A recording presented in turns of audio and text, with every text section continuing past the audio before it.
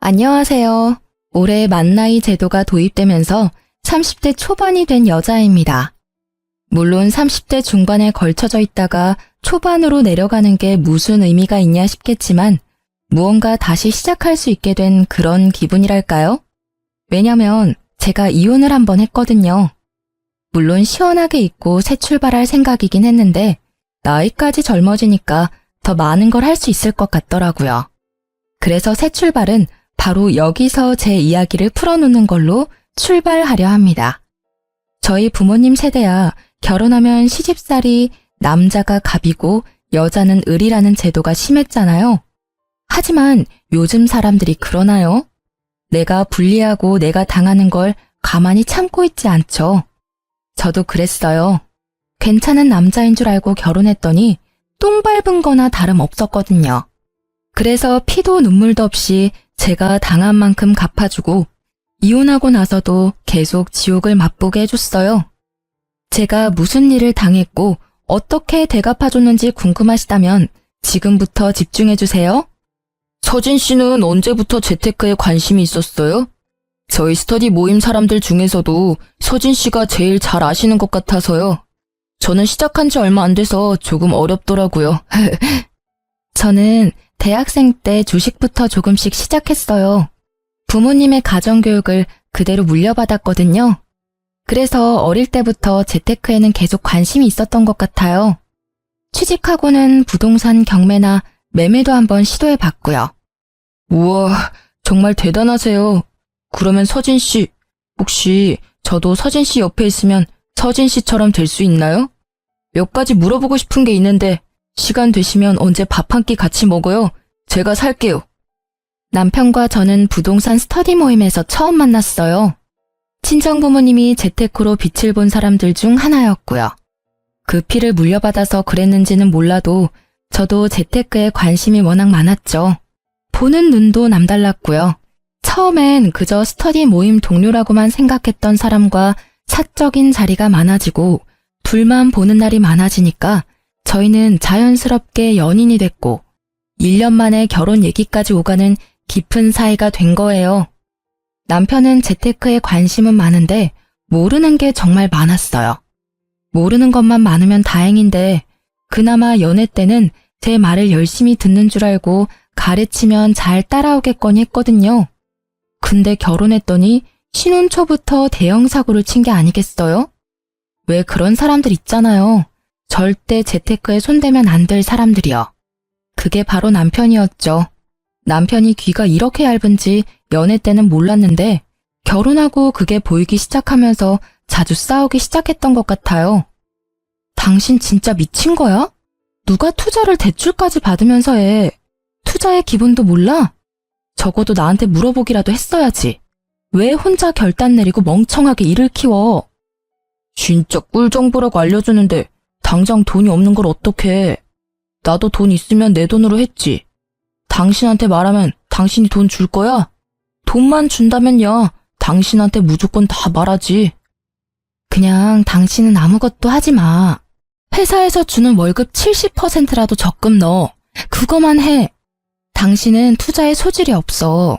재테크가 아무나 하면 되는 줄 알아? 너 지금 나 무시하냐? 그래, 네 똥 굵다. 투자 조금 실패했다고 사람 되게 꼽주네거.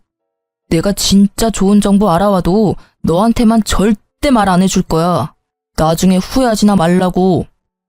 이렇게 남편은 주변에서 그저 좋은 정보라고 알려주면 대출까지 받아서 투자하는 스타일이었어요. 이러니 저만 답답하고 속이 터지죠. 저놈은 지가 뭘 잘못했는지 아예 모르더라니까요. 아니, 사람이 투자했다가 돈을 날린 적이 한두 번이 아니면 정신 차리고 다른 방법을 찾아야 하잖아요. 근데 남편은 자기 자존심이 먼저고 자기가 무조건 틀리지 않았다며 우기기 선수였어요. 그래서 신혼 초부터 서로 목소리가 커질 수밖에 없었죠. 심지어 제 말을 듣지도 않았거든요. 무시하냐고? 무시할 만 하니까 무시하는 거야. 너 내 말만 들었어도 이렇게 망하진 않았다고. 근데 너야말로 매번 내 말 무시하고 다른 사람 말만 듣다가 이 꼴 난 거잖아. 너? 너 지금 나한테 너라고 그랬냐? 이게 진짜... 됐다. 내가 너랑 무슨 말을 더 해. 이제 그냥 각자 알아서 하자고. 너는 너대로, 나는 나대로. 누가 이기나 해보자. 그래. 남편은 절대 제 말을 들을 생각이 없어 보였습니다. 대체 저건 무슨 똥꼬집이죠? 저는 거의 10년을 재테크 공부를 했어서 제 명의 땅이랑 건물도 있고요. 주식도 꽤 많이 올랐거든요. 자기 옆에 있는 아내가 잘 되고 있으면 자기한테도 좋은 거잖아요. 그리고 제가 저만 잘 되자고 하는 것도 아니고 같이 잘 되자고 남편한테 알려주면 괜히 심술 부리면서 그건 절대 아니라고 오히려 지가 날 무시하면 무시했다니까요. 저도 남편 말에 더는 참지 못하고 네 말대로 각자 알아서 하자고 그랬네요. 그래봤자 지만 손해지. 안 그래요? 아니나 다를까 이틀 후에 시어머니가 집에 찾아오셨더라고요. 남편이 시어머니께 그대로 일러 바쳤나 보더군요. 너는 그런 황금 같은 정보가 있으면 네 남편이랑 상의도 해보고 네가 확신이 있었다면 남편한테 끝까지 밀어붙여서 같이 투자하게 해야지. 왜 치사하게 너 혼자 투자해서 너 혼자 득을 봐? 부부는 일심동체라는 말도 모르니? 너 혼자 다 헤쳐먹고 우리 아들한테 갑질하려고 이러는 거야? 시어머니는 퇴근하고 들어오는 저를 보자마자 삿대질에 눈에 쌍심지까지 켜고 절 아주 파렴치하고 나쁜 년으로 몰아붙였어요.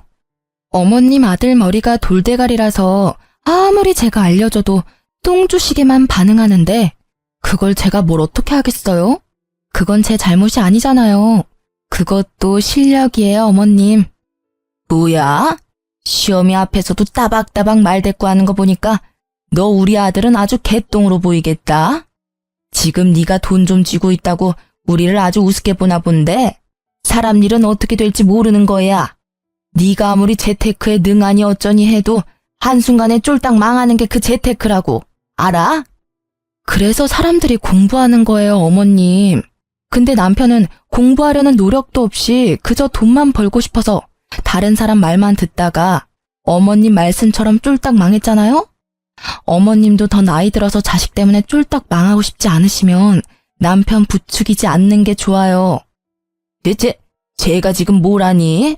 너 정말 미친 거야? 시어머니는 제가 맞는 말만 하니까 받아칠 말씀이 없으셨는지 이제는 손찌검까지 하려고 했는데요. 남편은 정말 못난 놈처럼 시어머니 뒤에 숨어서 응원만 하고 있더라고요. 저는 시어머니가 날리는 손을 아주 손쉽게 맞고는 시어머니가 아닌 남편을 똑바로 쳐다봤어요. 너 이렇게라도 살고 싶으면 나한테 이러면 안 되지. 네 놈이 혼자 이런 집에서 소고기에 해산물에 맛있는 밥만 먹을 수 있을 것 같니? 지금 대출금 갚느라 빠듯할 텐데 이혼까지 하면 어떻게 살려고 이러는 거야? 이혼? 처년이 어디서 이혼을 들먹여? 시애미 앞에서 이혼? 어디 여자가 먼저 이혼을 입에 올려? 내가 오늘 네 그 못된 버릇을 단단히 고쳐주고 가마. 이리 와! 시어머니가 제게 손을 뻗으려고 하자 남편이 다급하게 시어머니를 말리더군요. 그만하라고, 이만큼 했으면 제가 알아들었을 거라고 하면서 시어머니를 서둘러 시댁으로 보내버렸죠. 당연한 결과였습니다. 지금 신혼집도 제 명의로 된 집 중 하나였고요. 결혼할 때도 결혼하고 나서도 남편이 쓴 돈은 제가 쓴 돈의 반의 반도 안 되는 금액이었거든요. 그러니 이혼하면 자기만 손해인 거예요. 다행히 이 정도로 말이 통했기 때문에 큰일은 없었네요. 이날 이후로 남편은 제게 콩고물이라도 받아먹고 싶은 건지 제 눈치를 엄청나게 보면서 집 청소도 하고 가끔 다리 마사지도 해주길래 모른 척 받기만 했죠. 그러다 몇 개월이 지나고 남편 생일 때였는데요. 저놈이 또 정신 못 차리고 헛소리를 하더라고요. 여보, 일주일 뒤에 내 생일이잖아. 나 생일 선물로 외제차 뽑아줘. 싫어, 외제차는 무슨 외제차야. 지금 있는 차나 잘 타고 다녀. 회사 사람들은 다 외제차 타고 출근하는데 나 혼자 국산차 타고 출근하니까 가오가 떨어지잖아. 당신은 남편이 국산차 타고 다니면 부끄럽지도 않아? 남편 기 한번 살려달라는 게 그렇게 어렵냐? 그렇게 외제차가 타고 싶으면 네가 열심히 돈 벌어서 네가 사던가. 내가 네 물주야? 당신은 나한테 돈 얘기 말고는 할 얘기가 없어. 말 나온 김에 당신 투자 어디 했는지 확인 좀 해야겠어. 남편은 제가 본인 투자 목록을 확인하는 걸 매우 싫어했어요. 가끔 남편이 귀찮게 굴 때면 파리 쫓듯이 쫓아내려고 일부러 투자 목록을 보여달라고 했습니다. 그러자 남편이 씩씩대면서 작은 방으로 가버리더군요. 근데 이놈이 또 지 엄마한테 일러 바쳤는지 시어머니한테서 전화가 왔는데요. 예, 곧 우리 아들 생일인데 선물은 뭐 해주기로 했니? 생각한 게 따로 있는 거야? 아니요, 아직 시간이 조금 남아서 따로 생각한 선물은 없어요. 왜요? 잘 됐네. 그러면 우리 아들 그 차 한 대만 뽑아줘라. 얘가 요즘 통 기운이 없더라고. 네가 생일 선물로 외제차 하나 뽑아주면 너도 주변에서 사모 소리 듣고 얼마나 좋니? 이런 게 상부상조 아니겠어? 내가 봐놓은 차가 있는데. 어머님, 그런 거 선물이라고 막 사주면 버릇만 나빠져요. 본인이 그렇게 좋은 차 타고 싶으면 차주 먼저 좋은 사람이 돼야 하지 않겠어요? 그리고 사람이 엉망인데 차만 좋으면 어디다 쓰겠어요. 그러면 오히려 사람들한테 욕먹는다고요. 오늘 말씀은 못 들은 걸로 할게요. 아마 제가 저렇게 말하면 남편 귀에도 들어갈 거예요. 퇴근하고 집에 갔더니 역시나 삐져 있더라고요. 대체 왜 삐졌는지는 이해할 수 없어서 그냥 내버려 뒀어요. 제가 달래줘야 하는 의무는 없으니까요. 그런데 3일이 지났나? 갑자기 남편이 저한테 먼저 말을 걸어왔는데요. 정말 지금 생각해도 황당하기 짝이 없는 말이었죠. 나 차 폐차했어. 뭐? 멀쩡한 차를 왜 폐차해? 당신 미쳤어? 멀쩡하긴. 하나도 안 멀쩡했어. 그래서 내가 외제차 생일 선물로 받고 싶다고 그런 건데. 나 이제 차도 없는데 생일 선물로 사주면 안 돼? 진짜 고장 안 내고 잘 타고 다닐게. 응? 여보, 출퇴근하려면 차는 있어야 하잖아. 불편하게 어떻게 버스나 지하철을 타고 다녀 내가. 당신이 당신 차 폐차시킨 건데 왜 내가 외제차를 사줘야 한다는 결론이 나오는 거지? 버스를 타고 출근하든 지하철을 타든 걸어가든 당신 알아서 하세요. 남편이 싸지른 똥 치우려고 결혼한 게 아니거든. 난 네 와이프지 네 엄마가 아니니까. 남편의 속내가 훤히 보이는 짓에 더는 반응해주지 않았습니다. 폐차시키고 오면 제가 차를 사줄 거라는 발상은 대체 어디서 나온 거죠? 진짜 웃기지 않아요? 저러니 머리 나쁘단 말을 들어도 지가 머리 나쁜지 모르고 살잖아요. 어차피 지 분에 못 이겨서 저지른 일인데 제가 거기에 일일이 반응해주면 더 날뛸 게 분명하니까 애초에 안 된다고 단호하게 말하고 그 이후엔 눈 하나 깜빡하지 않는 태도로 일관했답니다. 남편은 출퇴근을 지하철 타고 하더라고요. 불편한지 집에서 계속 투덜대는데도 무시했어요. 그런데 이놈이 또 사고를 친 겁니다. 어쩐지 이날은 제 눈치를 막 보면서 일찍 출근해야 한다고 먼저 불이 나게 나가더니 제 차를 타고 출근했더라고요. 그것도 저 몰래 간다고 거짓말까지 하면서요. 이 정도 선에서 그쳤다면 제가 사연을 쓰지도 않았겠죠. 이날은 제가 휴무 신청해서 집에 있었거든요. 남편이 퇴근하고 와서도 몰랐어요. 제가 차가 망가진 걸 안 건 바로 다음날 출근할 때였습니다. 저는 누가 제 차를 박은 줄 알고 바로 블랙박스를 확인했는데요. 근데 웬걸 범인이 남편이더군요. 일단 사진을 찍어두고 택시 타고 출근했네요. 도무지 일이 손에 안 잡혀서 반차 내고 집에 돌아갔죠. 남편이 퇴근하고 오자마자 핸드폰으로 찍은 사진을 얼굴 앞에 들이밀면서 따져 물었어요. 미쳤어? 이제 내 차도 폐차시키려고 작정한 거야?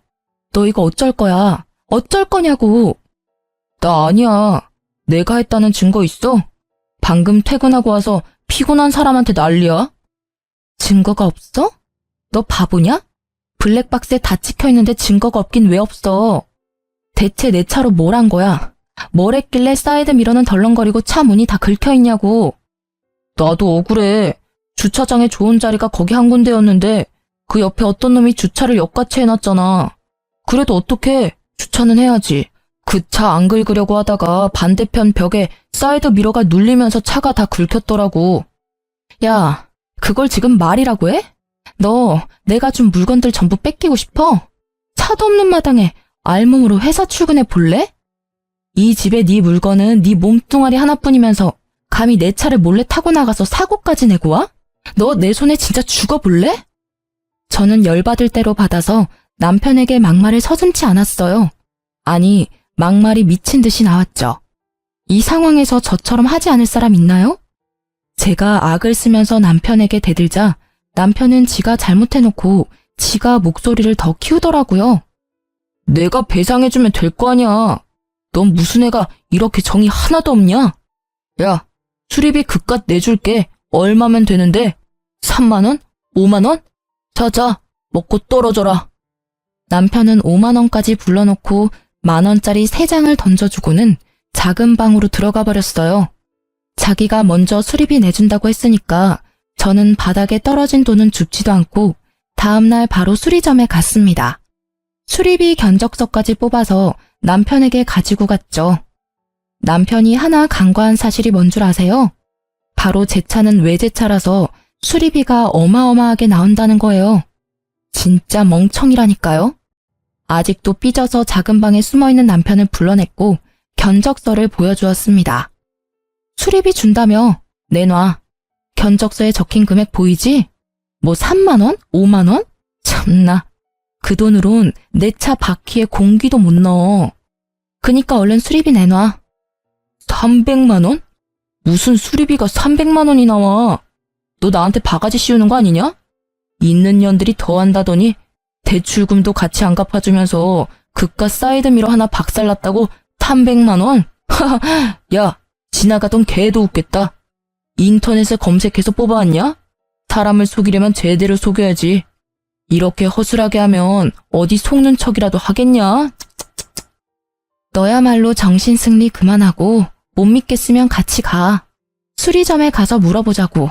이 견적서가 가짜인지 진짜인지. 진짜인 거 확인하면 당신 300만 원 무조건 내놔.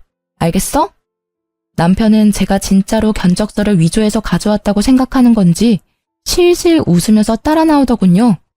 택시 타고 수리점에 도착할 때까지 나불대더니 수리점에서 톡톡히 알려주자 남편 얼굴이 사색이 됐죠.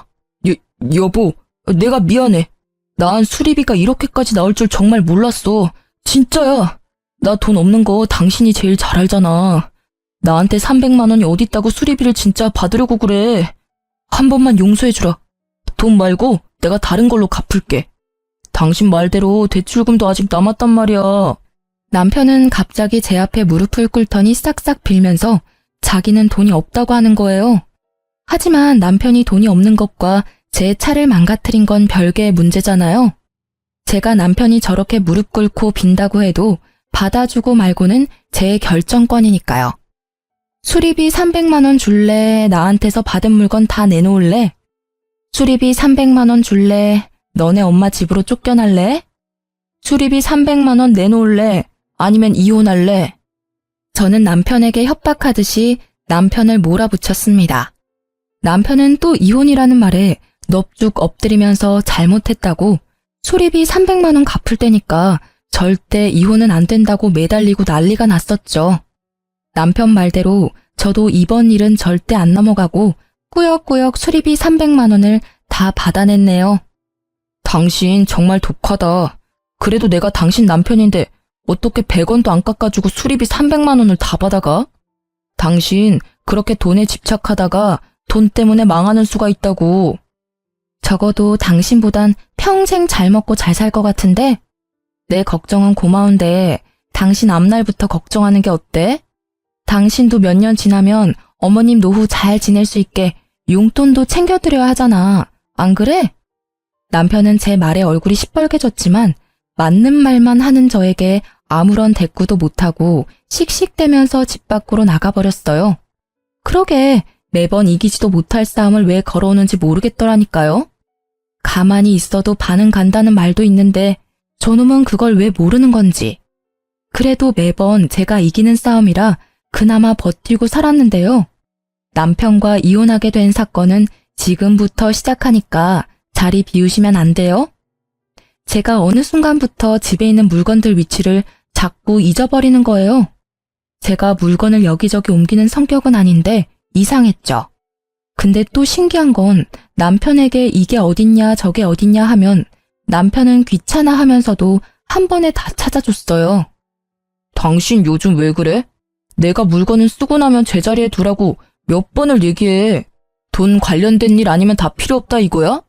이런 것도 하나 관리 못하면서 돈 관리는 어떻게 하는 건지 참. 당신 내 성격 몰라? 나랑 몇 달째 같이 살면서 내가 물건들 막 어지르는 거 봤어? 분명히 출근 전에는 화장대 위에 있었는데 혹시 당신 내 화장품 써? 나 피부 예민해서 화장품 아무거나 못 쓰잖아. 의심할 걸 의심해라. 매번 일이 안 풀리면 전부 내 탓이지. 맞아요. 사실 남편이 결혼하고 사고를 하도 많이 쳐서 제가 무슨 일만 있으면 남편 탓을 한 건 맞는데요. 이번엔 진짜 아니었거든요. 심지어 남편에게만 이런 말을 들은 것도 아니어서 더 혼란스러웠죠. 다른 날에는 시어머니께서 전화가 왔는데 다짜고짜 저에게 언성을 버럭하시는 게 아니겠어요. 너 왜 안 오니? 내가 지금 몇 시간째 기다리고 있는데 왜 아무 소식이 없어? 네? 그게 무슨 말씀이세요? 제가 어머님 댁에 간다고 했나요? 너희 김치 다 먹었다고 해서 내가 가져가라고 했잖아. 근데 왜 여지껏 안 와? 너 늙은 시엠이 훈련시키냐? 기다리면 올 줄 알았더니 한참을 기다려도 인기척이 없어서 전화했다. 근데 넌 까맣게 잊어버리고 있고 챙겨주려고 해도 네가 이딴 식으로 나오니 내 입에서 좋은 말이 나오겠어? 얼른 와서 김치 가져가. 분명 전 시어머니한테 받은 연락이 아무것도 없었는데 더욱 소름 끼치는 건 시어머니가 말한 날에 정확하게 통화 내역이 남겨져 있더라고요. 한두 번에 그쳤다면 또 그러려니 할 텐데 한 달이 넘도록 그런 일로 스트레스를 받았다면 믿어지시나요? 냉장고에 리모컨이 들어가 있는 건 기본이고 제가 바르던 립스틱이 신발장에 들어가 있고 한 번은 집에서 밥을 먹다가 잠시 업무 전화로 베란다를 갔다가 왔더니 밥그릇이 통째로 사라진 거 있죠? 남편에게 물으니 제가 다 먹고 치우고 갔다는데 물어볼 사람이 남편밖에 없으니 믿을 수밖에요.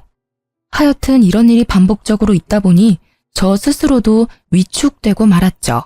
옆에서 남편은 건망증 아니냐며 투덜대지 시모는 자꾸 전화해서 왜 오기로 했는데 안 오냐며 압박 주지. 저도 모르게 자존감이 뚝뚝 떨어지고 말았죠. 더군다나 하루는 너무 답답한 마음에 회사 사람들한테 썰을 풀었더니 치매 초기 증상 아니냐고 진지하게 병원 가보란 말까지 들었네요. 그쯤 되니까 제가 정상이라는 것에 확신이 들지 않는 지경에 이르렀죠. 이후로 회사에서도 괜히 눈치가 보이는 건 물론이었고요. 여보, 내가 요즘 정신이 진짜 이상해진 것 같아. 사람들 말로는 치매 초기 아니냐고 병원 가보래. 당신이 보기에도 내가 그렇게까지 심각해 보여? 나 진짜 병원 가서 검사라도 받아볼까? 치매는 무슨. 괜히 다른 사람 말에 휘둘리지 마. 치매 검사 비용이 한두 푼인 줄 알아? 당신 그 뭐냐? 최근에 회식 많이 하더니 술 때문에 그러는 거네.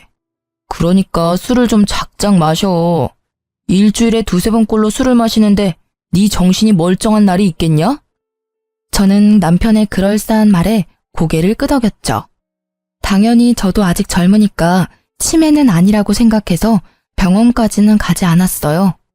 원래 크게 아픈 게 아니라면 병원을 잘 안 가는 성격이기도 했거든요. 며칠 뒤 시어머니께 전화가 와서 받았더니 대뜸 저에게 칭찬을 해주시는 거예요. 예, 너 정말 잘 생각했다. 진작 그랬으면 얼굴 붉힐 일도 덜했을 거 아니야. 그래도 생각보다 일찍 결정했으니 네 그건 칭찬하마. 이제야 나도 마음이 한결 놓이네. 네? 뭘 칭찬하신다는 거예요? 어머님, 전화 잘못 거신 것 같은데요. 잘못 걸기는 내 며느리한테 잘만 걸었구만. 네가 우리 아들한테 네가 가진 땅이랑 건물 두 채 그거 우리 아들 명의로 해주겠다고 했다면서. 그 말 듣고는 요 근래 근심 걱정이 싹 내려갔잖니. 어머님, 죄송하지만 저는 남편한테 그런 말 한 적 없어요. 남편이 그러던가요? 제가 제 땅이랑 건물을 자기 명의로 하게 해주겠다고? 어머님, 저 남편이랑 잠깐 통화 좀 할게요. 저는 시어머니 말씀에 어이가 없었어요. 이 남자가 한동안 조용하더니 이렇게 사람 뒤통수를 치는구나 싶었죠. 전화를 끊으려는데 시어머니가 하는 말에 전화를 끊을 수 없었습니다. 증거가 있다고 했거든요. 요즘 네가 자주 깜빡깜빡하더니 그래서 기억을 못하나 보네. 젊은 애가. 네가 우리 아들이랑 구두로 약속까지 다 했잖아. 아들이 녹음했다고 들려주던데. 기억 안 나면 너도 아들한테 연락해서 네가 직접 녹음한 거 들어봐라.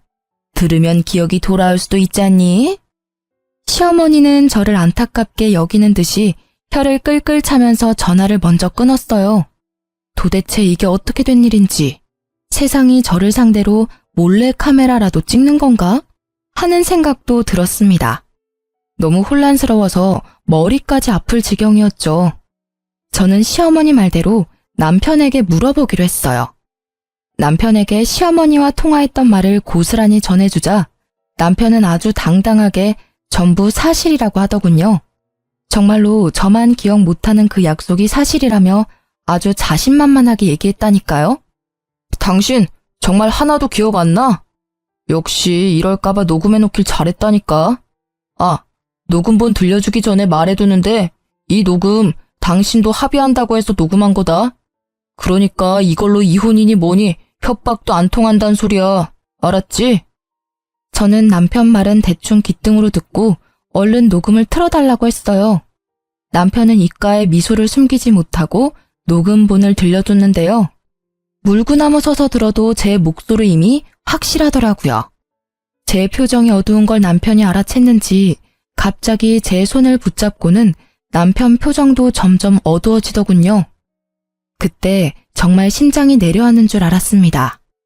저희가 아무리 싸우기를 많이 싸워도 부부잖아요. 남편 눈을 마주하니까 분명 무슨 일이 있다는 느낌이 강하게 들었죠. 불길한 징조 말이에요. 역시나 그 예상을 빗나가지 않았고 남편이 하는 말에 엄청난 충격을 받을 수밖에 없었습니다. 실은 당신한테 해줄 말이 있어. 당신이 힘들어할까봐 비밀로 하려고 했는데 더는 숨길 수가 없게 됐네. 당신 치매 초기 진단 받았어. 얼마 전에. 우리 같이 병원 가서 검사 받고 온 것도 기억 안 나지?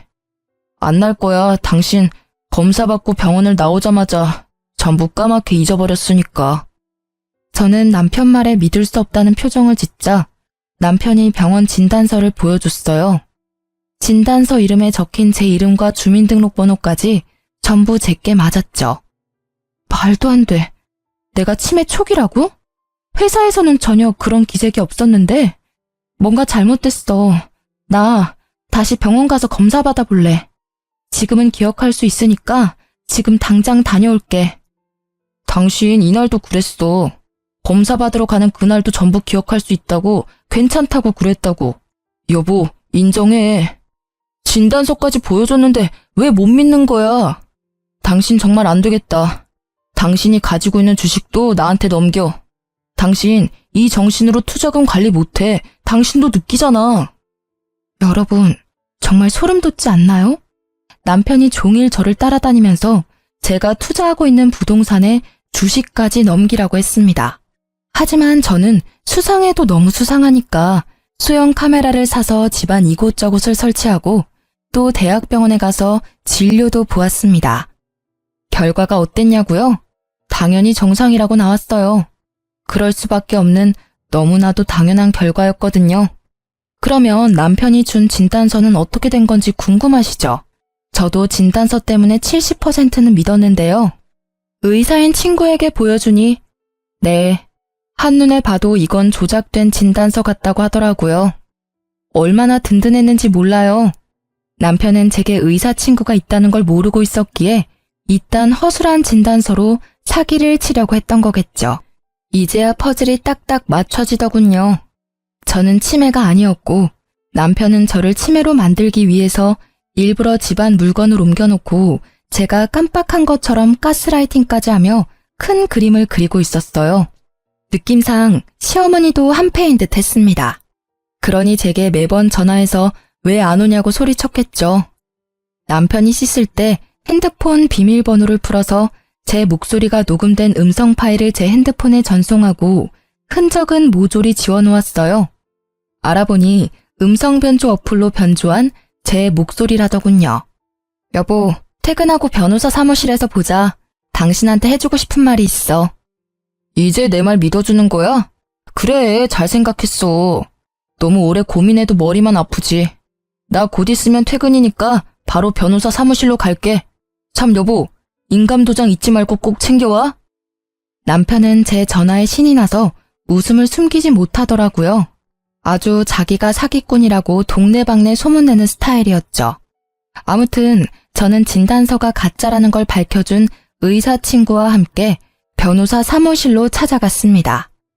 아유, 우리 아가 왔니?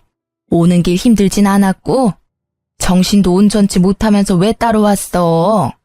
우리 아들이 네 회사 앞으로 데리러 갈 수 있는데 그래도 잘 찾아왔으니 됐어. 그 정신으로 가지고 있는 재산 다 날리기 전에 얼른 우리 아들 명의로 바꾸자꾸나. 인감도장 가지고 왔구나? 변호사님, 이 사람이 제가 말씀드린 치매 걸린 와이프입니다. 오늘 이 사람이 저한테 전 재산 양도하기로 했거든요. 아픈 아내를 둔 남편인 제가 해야 할 도리니까요. 저는 어떠한 말보다 손이 먼저 나갔어요. 남편 뺨을 냅다 때렸습니다. 사무실 안이 울릴 만큼 소리가 컸죠. 변호사에게 남편이 위조한 진단서를 보여줬고 의사인 친구가 변호사에게 모든 상황을 설명해줬어요.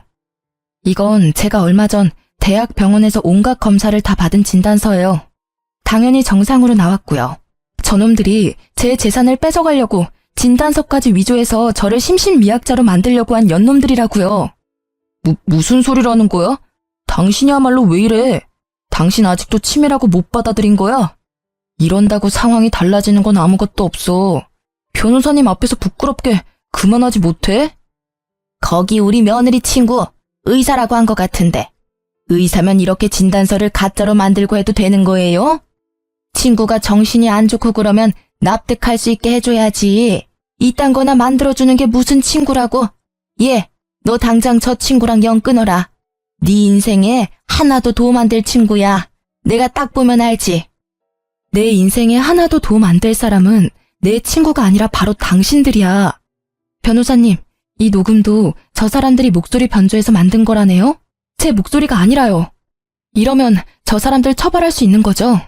전 절대 합의해줄 생각이 눈꼽만큼도 없거든요. 네, 허위로 작성했다는 사실이 밝혀진다면 허위 진단서 등 작성죄로 처벌할 수가 있죠.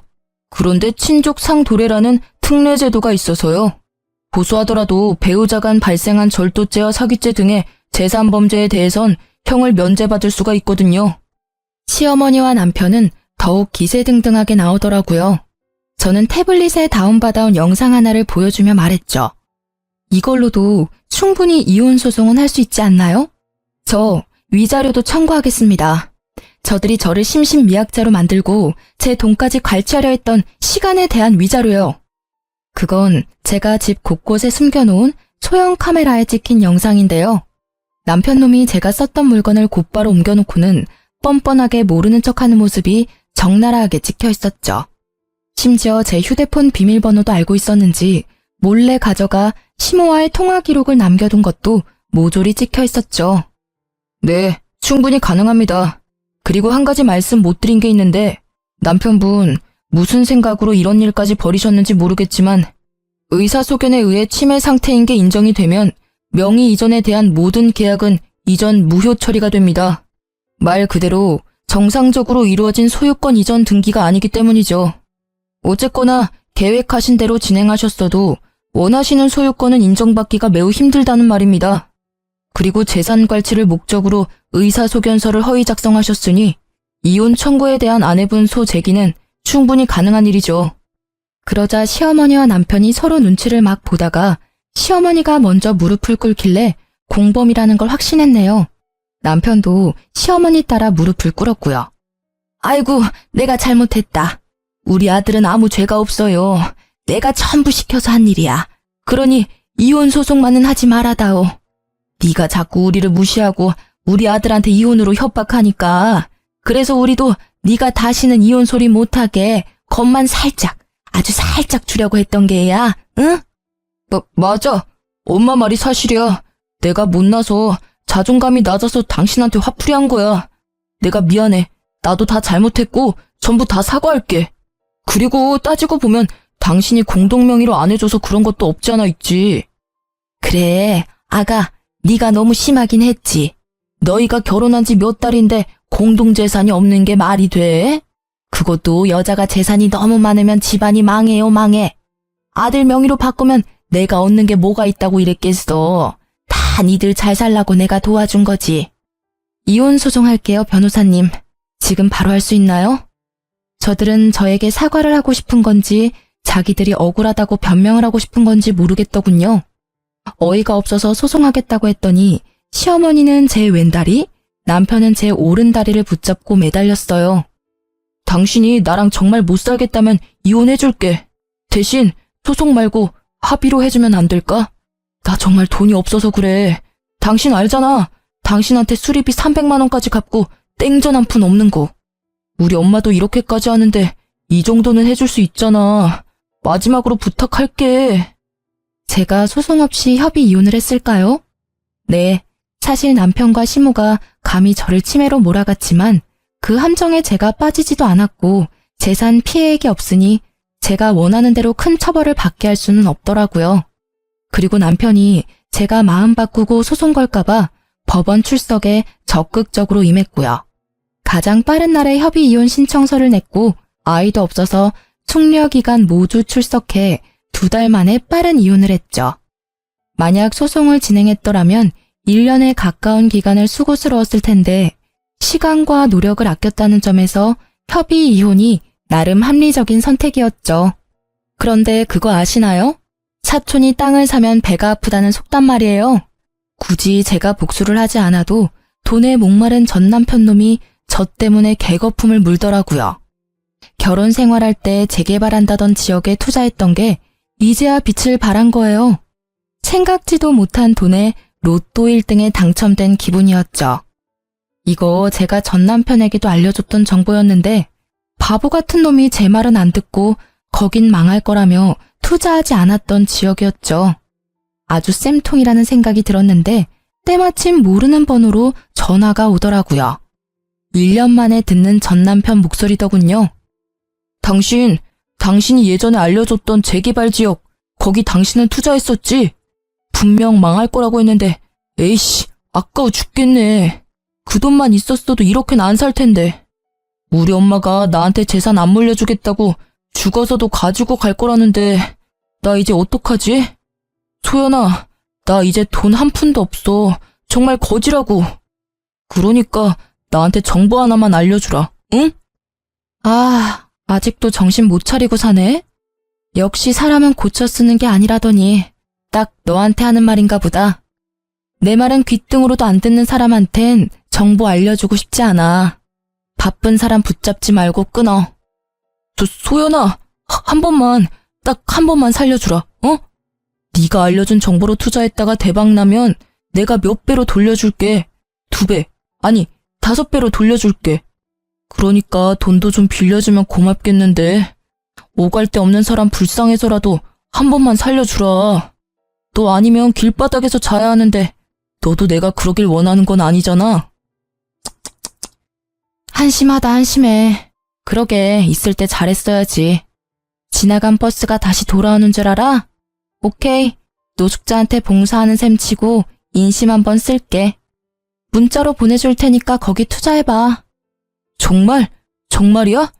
역시 소연이 너밖에 없다. 돈은 안 빌려주는 거지? 그래도 이게 웬 떡이냐? 네가 알려준 정보면 무슨 수를 써서라도 투자해야지. 고맙다. 정말 고마워. 전 남편은 대출받았는지 사채를 썼는지는 몰라도 며칠 후에 제가 알려준 곳에 투자했다고 하더라고요. 저한테도 했냐고 확인하길래 했다고 뻥쳤죠. 제가 거기 투자를 왜 합니까? 곧 망할 주식인데. 아니나 다를까 몇 개월 후에 이상한 번호로 전화가 오길래 받았는데요. 전 남편이 또 흥분한 목소리로 욕까지 하면서 왜 이거 주가가 점점 떨어지는 건데? 너 나한테 개 주식 알려준 거 아니야? 엿 먹어보라고, 나 죽으라고. 이거 오르는 거 확실해? 아니면 나 진짜 죽는다고, 박소연. 아, 귀 아파. 네가 공부를 똑바로 안 해서 작은 변동에도 심장이 철렁하는 거지. 원래 주식은 내려갔다가 확 오르는 게 주식이야. 그거 잠깐 못 참으면서 무슨 떼돈을 벌겠다고. 아, 하기 싫으면 때려쳐. 나도 너한테 알려주고 아까워서 후회했으니까 빼고 싶으면 빼라고. 제가 세게 나가니까 전 남편은 금세 꼬리를 내리면서 그렇냐고 저만 믿겠다고 하면서 전화를 끊더군요. 정말 멍청하죠? 복수할 상대가 이렇게 멍청하면 복수할 맛은 좀 덜한데. 재미는 아주 만족스러웠어요. 결국 얼마 못 가서 그 종목은 연이은 하한가로 거래 정지가 되어버렸죠.